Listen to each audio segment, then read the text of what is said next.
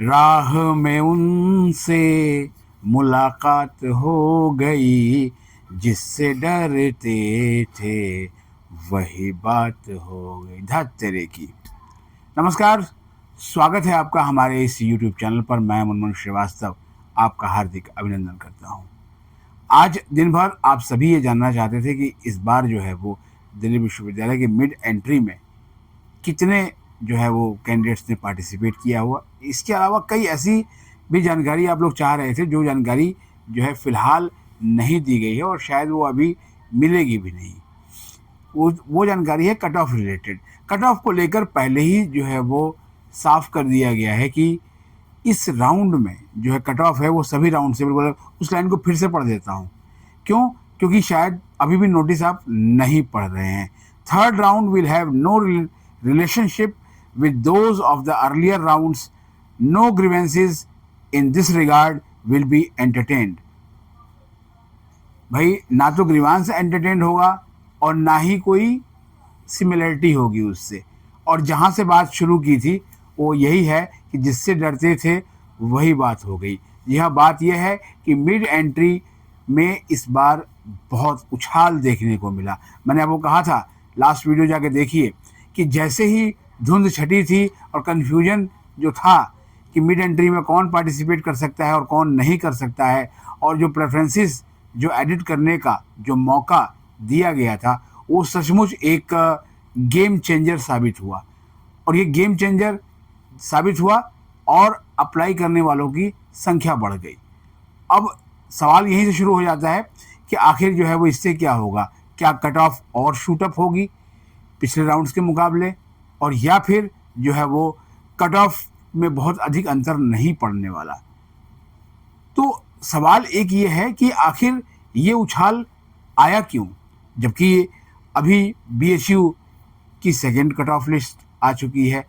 AUD के भी admissions चल रहे हैं, उनकी भी दूसरी सूची आने ही वाली है। इलाहाबाद यूनिवर्सिटी में भी लगभग जो है 3 सूचियाँ आ चुकी हैं। और मुझे लगता है पूरे देश भर में जो है वो इस समय एडमिशन्स का दौर चल रहा है। तो दिल्ली विश्वविद्यालय में जो है वो मिड एंट्री में एकदम उछाल होने का मतलब समझते हैं आप। इसीलिए मैंने आपको कहा कि ये बहुत ही शॉकिंग डाटा है और ये थोड़ा आपको डराता है, लेकिन ऐसा नहीं है कि डर के आगे जीत नहीं है। अगर डर के आगे जीत नहीं होती तो जब मिड एंट्री में बहुत ऊंची कट ऑफ गई थी, तो आपको बताऊं एक वो भी एक डाटा है बहुत शॉकिंग लास्ट ईयर का। उसमें ये है कि मॉप अप राउंड में 9,616 रजिस्ट्रेशंस हुए थे। मॉप अप राउंड की बात कर रहा हूँ, मतलब स्पॉट राउंड के बाद मॉप अप राउंड आया था। और उस समय जो टोटल वैकेंट सीट्स थी वो 4,759 निकल के आई थी। यानी कि स्पॉट होने के बाद मॉप अप आया था। तो इतना भी डरने की ज़रूरत नहीं है, बस शॉकिंग है। और शौक लगा वाली बात है, क्योंकि जाहिर बात है आपका कंपटीशन थोड़ा सा बढ़ गया। लेकिन एक चीज़ और कम हुई कि जो फ्रेश कैंडिडेट्स हैं वो जो है वो 1,000 की संख्या भी पार नहीं कर पाए। आते हैं उस डाटा पे, बहुत अधिक सस्पेंस क्रिएट नहीं करेंगे।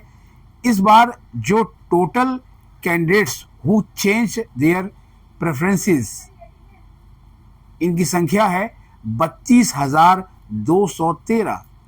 जी हाँ, 32,213 हैं जिन्होंने अपनी प्रेफरेंसेस को चेंज किया। और अगर इसको पिछले वर्ष के मुकाबले देखें तो उसमें था कि number of candidates who applied through mid entry 22,310, यानी 22,310 ये संख्या उस समय थी। तो यानी कि ये एक उछाल आप देख सकते हैं और इससे पता चलता है कि दिल्ली विश्वविद्यालय में पढ़ने की तमन्ना कितनी है। इसीलिए कल मैंने वो कहा था कि कितनी हसरत है मुझे। यानी हर स्टूडेंट चाहता है कि पहले दिल्ली विश्वविद्यालय बाद में कुछ। हालांकि दिल्ली विश्वविद्यालय से बीएचयू में भी शिफ्टिंग होती है और बीएचयू से फिर दिल्ली विश्वविद्यालय में भी शिफ्टिंग होती है, लेकिन जो है वो ड्यू तो ड्यू है। अब आते हैं उस आंकड़े पे जो आप जानना चाहते हैं कि जिनके लिए मिड एंट्री खोली जाती है, कि भाई वो जो चूक गए थे ट्रेन पकड़ने से उनको भी गाड़ी में डिब्बे में बिठाना है, और वो जिनका किसी वजह से फॉर्म रिजेक्ट हो गया या कुछ और समस्याएं आ गई, उसका पूरा जिक्र उस नोटिफिकेशन में है। रिपीटेशन करने से फ़ायदा नहीं है, आपको सब मालूम है। इसमें क्या है, इनकी संख्या है 886। जी हाँ, 1000 को भी पार नहीं किया है ये संख्या, 886 है ये टोटल कैंडिडेट्स जो इन्होंने मिड एंट्री में एंट्री ली है, फ्रेश, जिनको कि हम जो है वो कहेंगे कि ये अभी बिल्कुल फ्रेश आए हैं। इसके लिए जो है वो कि न्यू सक्सेसफुल एप्लीकेंट 886, इससे ज़्यादा भी ये संख्या हो सकती थी, लेकिन ये सक्सेसफुल हैं जिन्होंने अपनी पेमेंट वगैरह कर दी और वो मिड एंट्री का जो है वो पार्ट बने। यानी कि जो अभी मौजूदा संख्या थी उसके साथ ये 886 भी जो है वो आ गए। अब इन 886 के आने से क्या बड़ा फर्क पड़ने वाला है उस पर आता हूँ।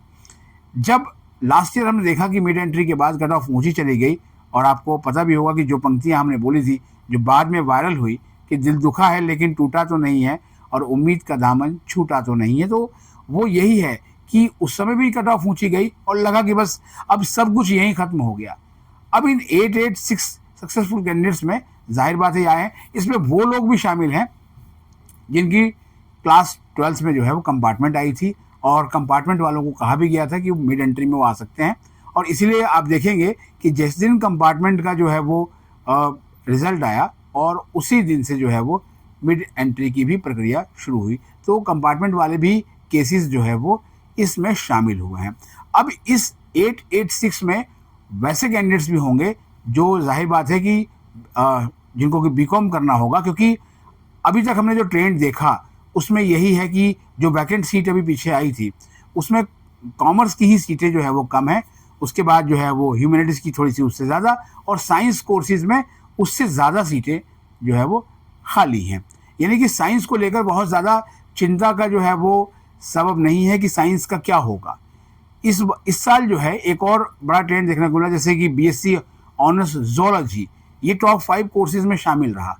यानी कि लाइफ साइंसेज की एक बार फिर डिमांड जो है वो बढ़ी है, और लाइफ साइंसेज के कोर्सेज का जो है वो कट ऑफ जो है वो ऊंचा ही रहा है जितना भी जो देखा हमने इस पूरे प्रोसेस को। लेकिन जो है वो फिजिकल साइंस में जो है वो उतनी ज़्यादा जो है वो मारामारी अभी नहीं है, लेकिन सीटें हर जगह निकल के आई हैं, कहीं पे कुछ ज़्यादा हैं, कहीं पे थोड़ी कम है, तो इसको लेकर बहुत वो नहीं होनी चाहिए। अब ये डेटा कैसे कमाल करेगा, क्योंकि जो ये डेटा अभी हमने आपको बताया है कि ये जो पेरिफेरी है पूरी, इसी में से जो है वो सीटें अलॉट होंगी, क्योंकि यही वो डेटा है जो कट ऑफ का पूरा जो है वो आधार बनेगा, इनकी नंबर ऑफ एप्लीकेशंस कितनी है। तो ये नंबर ऑफ एप्लीकेशंस के बारे में मैंने आपको बताया कि इतनी जो है वो रही है, और प्रेफरेंसेस एडिट करने का ऑप्शन देने से बहुत फ़ायदा उठाया है कैंडिडेट्स ने, और जाहिर बात है कंपटीशन तो बढ़ा है, लेकिन कंपटीशन बढ़ने से जो है ऐसा नहीं है कि आपके मौके कम हो जाते हैं। इस रेस में आप भी हैं, इस रेस में वो भी हैं, और जाहिर बात है कि जिसके मार्क्स, प्रेफरेंस, मेरिट ये सब मैच करेगा, सीट तो उसे ही मिलेगी। फिलहाल बहुत सारे स्टूडेंट्स ने पूछा कि सर आपने अपग्रेड के ऊपर कुछ नहीं बताया कि आगे जो है वो अपग्रेड के क्या चांसेस हैं। बहुत सारे जो है वो कैंडिडेट्स को हमने जवाब भी दे दिया है, लेकिन इस पर एक सेपरेट वीडियो जो है वो कल हम लेकर आएंगे, क्योंकि आज जो है वो दिल्ली पूरा जो है वो जाम से जूझ रही थी, और जाहिर बात है उसमें हम भी फंसे हुए थे, तो इसलिए नहीं है। एनसीबैप की 3rd कट ऑफ आ चुकी है, और उसको लेकर मैंने DU के एनसीबैप के deputy director doctor Surendra Singh का इंटरव्यू भी किया था, और वो इंटरव्यू भी आप जाकर देख सकते हैं। उन्होंने बहुत सारी बातें एनसीबैप को लेकर बताई है। फिलहाल आज काफ़ी समय हो गया है, आज के लिए फिलहाल इतना ही। अगर हमारे चैनल पर नए हैं, चैनल को सब्सक्राइब कर लें और इसे अपने दोस्तों के बीच शेयर करें। मिलते हैं एक और एपिसोड के साथ, तब तक के लिए नमस्कार।